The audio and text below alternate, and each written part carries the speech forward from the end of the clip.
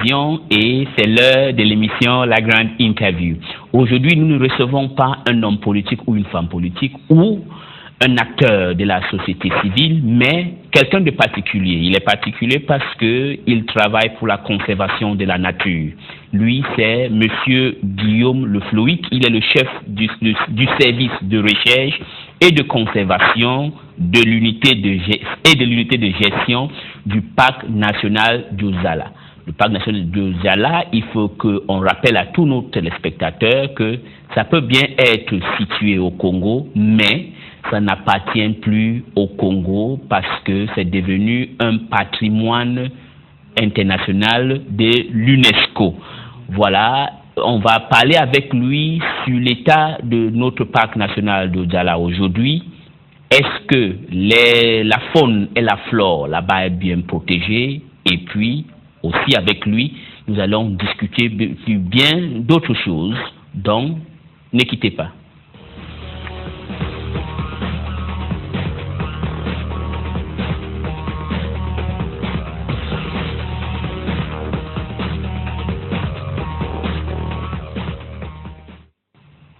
Une fois de plus, bonsoir. Vous êtes sur MN Télévision, émettant depuis Wenze Manzanza, ici à Brazzaville, qui est toujours la capitale de la République du Congo.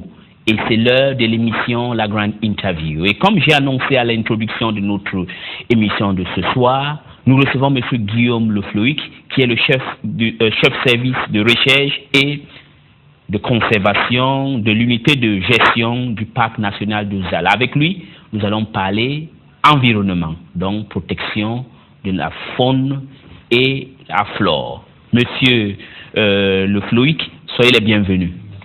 Comment vous vous portez? Ça va, je fais mon premier palais aujourd'hui, donc mais ça va aller. Alors, depuis quand que vous êtes ici au Congo? Oui. Alors moi, c'est une petite histoire, moi, le Congo déjà. J'étais venu en 2008 comme jeune stagiaire au parc national d'Ozala-Kokwa. Et ensuite, je suis revenu en 2012 pour reprendre l'intérim, en fait, du poste que j'occupe actuellement. Et je suis revenu en 2013 pour occuper ce poste-là pour la longue durée. Depuis juillet 2013, ça fait déjà 8 à 9 mois. On ne compte plus les mois. Vous ne comptez plus les mois. Alors donc, vous êtes là-bas au parc d'Ozala. Pour ceux qui sont congolais ou africains ou mondiaux, parce que nous, on est aussi en ligne, donc il y a des gens qui nous suivent en Russie, aux États-Unis, en Turquie, en Australie, donc un peu partout dans le monde. Le parc d'Ozala, Kokwa, est situé où, si on peut maintenant faire l'emplacement? Alors, le parc d'Ozala-Kokwa, il est à cheval sur deux départements, le département de la Sangha et le département de la Cuvette-Ouest. Vous avez dit quelque chose, ce qui n'est plus, que le parc n'est plus congolais, mais si, il reste avant tout congolais. Mais en plus de ça, il a été élevé au rang de patrimoine mondial de l'UNESCO. Donc c'est vraiment une reconnaissance de ce parc-là au niveau international. Et donc les yeux, évidemment, de la communauté internationale sont braqués sur ce parc-là, parce que c'est un joyau. Et historiquement, ça a vraiment été un joyau. Historiquement, ça a vraiment été un joyau. Et maintenant, pour les téléspectateurs qui nous suivent, c'est devenu un patrimoine mondial de l'UNESCO. Pour ceux qui ne connaissent pas, quand on élève une place, en l'occurrence ce parc qu'on est en train de parler, au rang de patrimoine mondial de l'UNESCO, qu'est-ce que cela veut dire? Alors en fait, ça prend des critères en considération, et notamment la biodiversité. Donc l'importance de ce parc-là pour la biodiversité mondiale. Et en fait, le parc national d'Ozala-Kokwa est reconnu à l'échelle mondiale et historiquement parce que il abritait l'une des populations les plus importantes d'éléphants de forêt. Il y a l'éléphant de savane, mais il y a aussi l'éléphant de forêt. Ça fait depuis peu de temps finalement à l'échelle de la science qu'on a reconnu 2 sous-espèces d'éléphants. Donc l'éléphant de forêt, il est plus petit, il vit en forêt. Il y a des zones d'hybridation entre l'éléphant de savane et l'éléphant de forêt, mais en tout cas en Afrique centrale, donc Gabon, Guinée, Centrafrique, Cameroun, RDC et le Congo, on a de l'éléphant de forêt. D'accord. Voilà. Donc l'une des plus grandes populations d'éléphants de forêt, mais aussi de gorilles. Historiquement, il y avait énormément de gorilles à Ozala. Et étant donné que ces 2 espèces-là sont des espèces emblématiques de la biodiversité mondiale, il a été reconnu comme étant l'un des joyau mondial pour la conservation. Pour la conservation. Vous nous avez apporté quelques photos. Je ne sais pas si notre réalisateur peut faire un petit zoom pour qu'on voie quand on parle d'éléphant de forêt. Voilà. Vous avez dit, pour ceux qui n'est pas, les gens pensent que l'éléphant c'est l'éléphant. Hein? Donc vous avez dit il y a deux sortes sous-espèces. Voilà. Il y a l'éléphant de savane. Oui. Et les éléphants de forêt. Voilà, c'est l'éléphant de forêt là maintenant qu'on est en train de voir. C'est un gros mâle. Hein. Ça c'est un gros mâle. Hein? Oui. Bon, maintenant dites, parce que je vais un peu laisser ça, la différence entre un éléphant de forêt et un éléphant de savane, c'est quoi? Alors, le premier critère, c'est la taille. Un éléphant de savane, c'est plus gros. Ça peut être 1,5 fois plus gros qu'un éléphant de forêt. En gros, un éléphant de forêt, si c'est les plus gros, hein, peut faire 2,50 m, 3 mètres pour les mâles. Il y a des spécimens d'éléphants de savane. Alors bon, je ne connais pas ça par cœur pour l'éléphant de savane, mais ça peut atteindre les 4 mètres.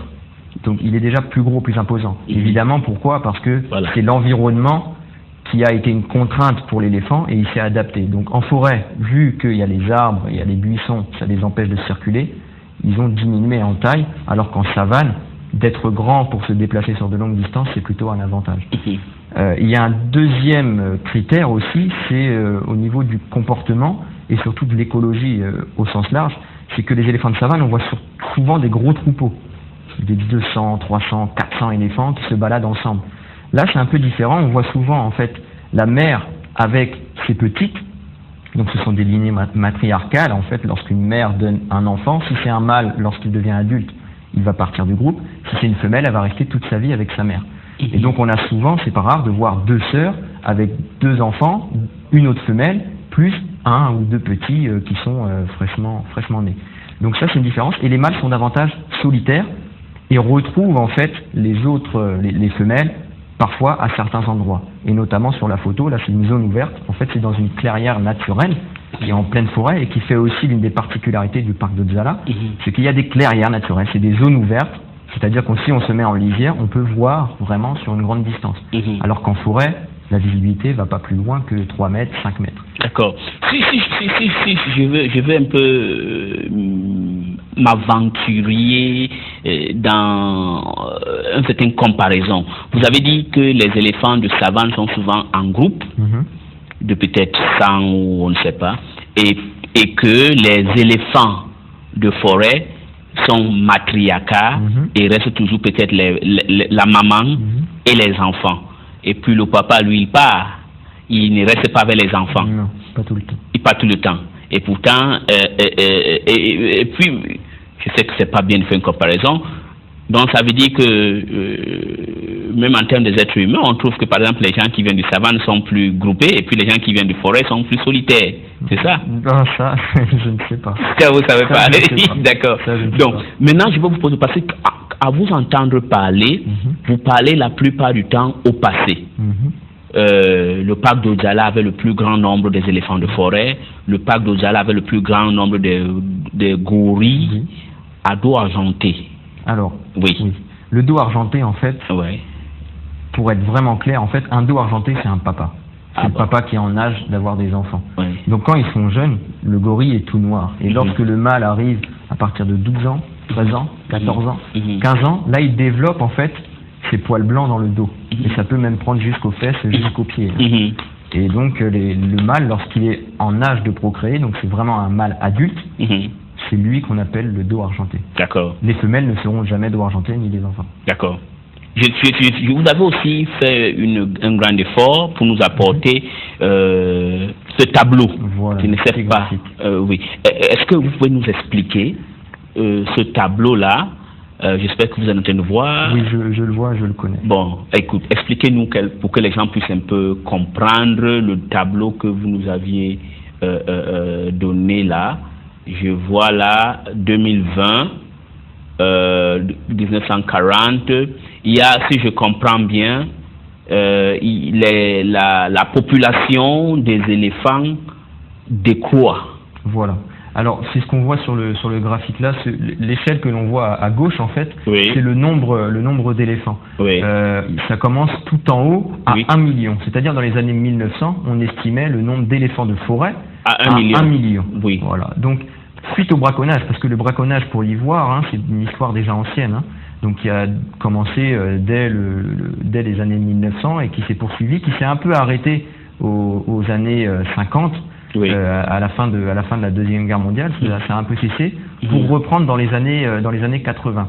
Mais quoi qu'il en soit, dès les années 1900, on estime à 1 million le nombre d'éléphants qui étaient présents, et lorsqu'on a fait des recensements dans les années 90, il n'en restait déjà plus que la moitié, c'est-à-dire 500 000. Et là, le braconnage s'est intensifié, Oui.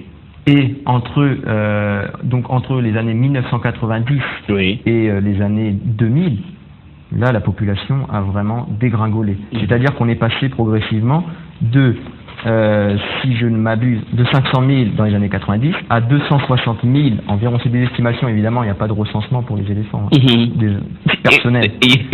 Et on est descendu, lors du dernier comptage dans les années 2012, et c'est une publication qui est sortie assez récemment, on est descendu à 100 000. 100 000 éléphants. Voilà. Donc, en gros, ça veut dire quoi? Ça veut dire que 90% de la population est déjà éteinte. Population historique. Ça veut dire aussi que 2/3 de la population de 90 à aujourd'hui a été décimée aussi. Et si on suit la courbe, les prédictions disent que dans l'horizon 2020, à ce rythme-là, les éléphants auront disparu. Les éléphants auront disparu. Voilà. Donc de la zone Afrique centrale. Oui. Voilà. Pour ce qui est du parc national d'Odzala, grâce à la protection, hein, malgré tout, il y a une meilleure protection évidemment dans le parc d'Odzala qu'en dehors. Le braconnage est très intensif et incontrôlé en dehors. Mais pour le parc d'Odzala, heureusement, la population a réussi à se stabiliser. Il y a plusieurs facteurs à ça.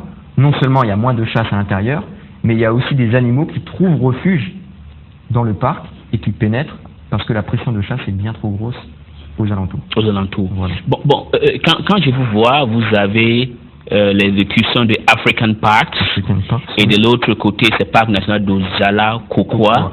Vous avez l'écusson de l'Union européenne. Vous avez là tellement beaucoup de décorations. Et le drapeau du Congo. Avant que vous allez me donner un peu ce qui signifie African Park, Parc national d'Odzala, on connaît que c'est le parc, l'Union européenne et le Congo.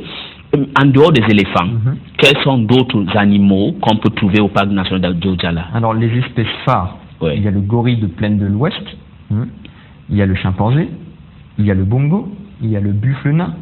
Après, il y a des espèces qui sont originaires d'Afrique, comme l'éléphant notamment, mais l'oryctérope.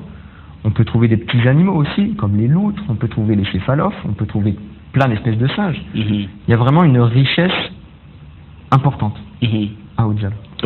Et maintenant, il y a... Quelle est la population des gorilles, des chimpanzés, des autres animaux qui sont là-bas?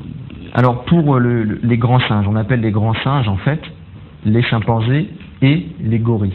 Au Congo, hein, il y a le bonobo aussi et l'orang-outan. Mais le bonobo est en RDC, l'orang-outan est en Asie. Donc, pour les deux grands singes qui sont présents à Odzala, il y a eu un comptage qui a été fait dans les années 2000-2005, qui estimait à peu près 40 000 la population globale, avec une grande majorité de gorilles.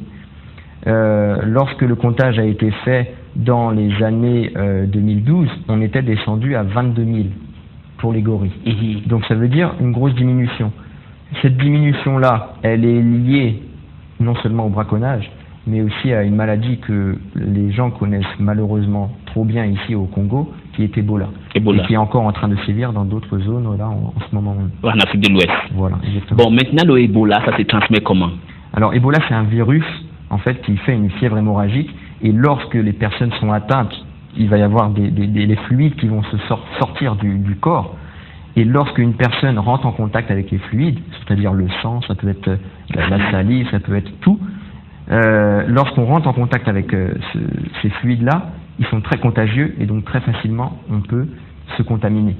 Et ce qui s'est passé au Congo, c'est beaucoup, comme finalement les animaux, c'est surtout par contact. Donc les familles de gorilles ont beaucoup plus été touchées que les solitaires.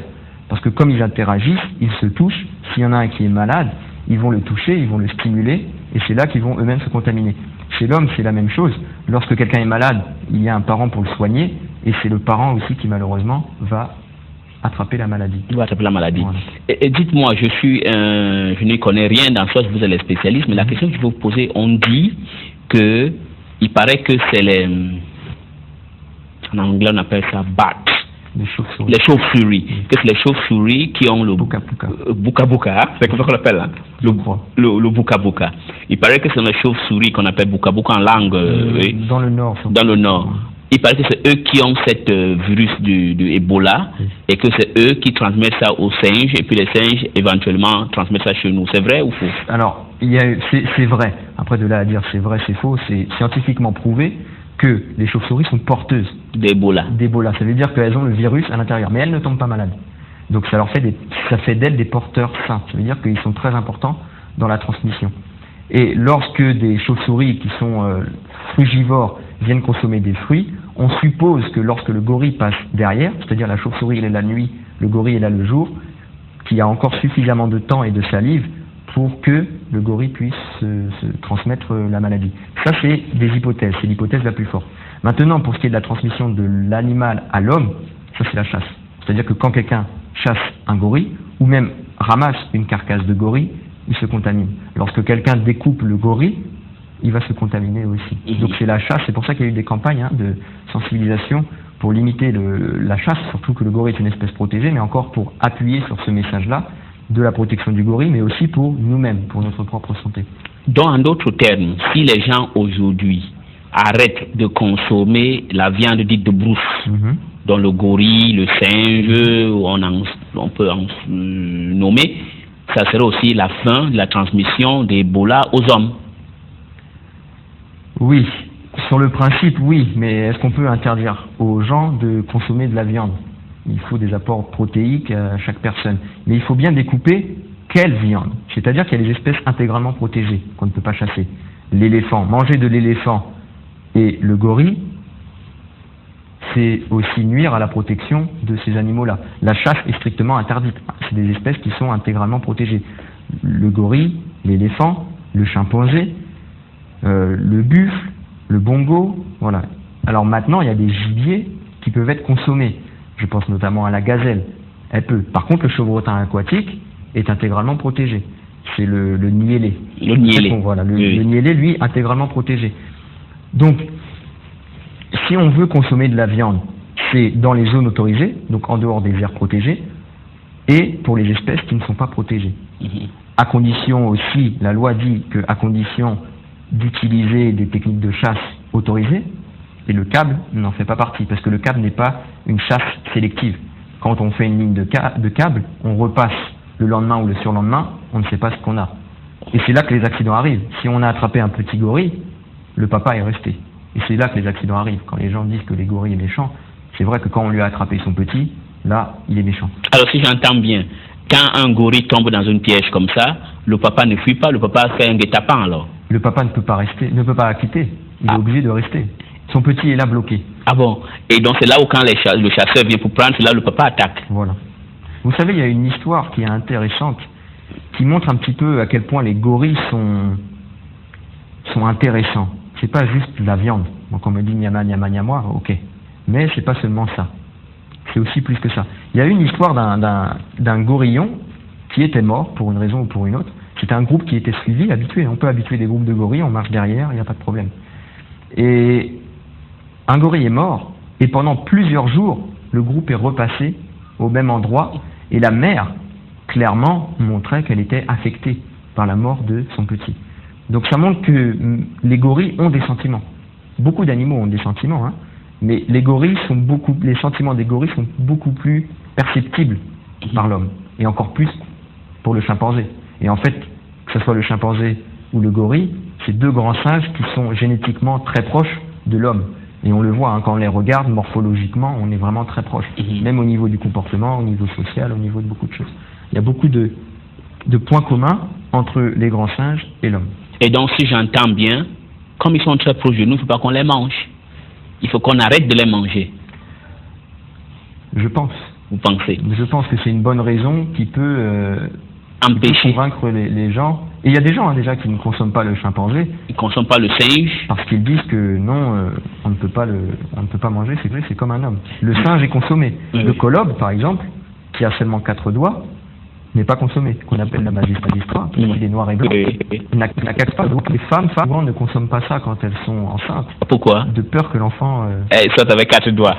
Ah bah, vous connaissez beaucoup de choses là-bas. Comme vous avez dit qu'il y a des buffles nains. Ouais. Alors expliquez-nous, parce que vous nous avez expliqué ici qu'il y a deux espèces d'éléphants, qui est aussi différent des éléphants de l'Asie aussi. Et maintenant, vous nous dites qu'il y a les buffles et les buffles nains. Oui. Alors c'est exactement la même chose en fait, c'est très simple. La forêt oblige les espèces à s'adapter, à devenir un peu plus petites. Oui. Bon, donc de la même façon, on ne peut pas être en grand nombre en forêt. Pour se déplacer, c'est plus difficile. Donc c'est pour ça que les buffles sont aussi en groupe plus petits que dans les savanes et sont aussi eux-mêmes plus petits. Plus petits. Ah donc ça veut dire que dans le parc d'Odjala a quand même beaucoup espèces d'animaux. Oui.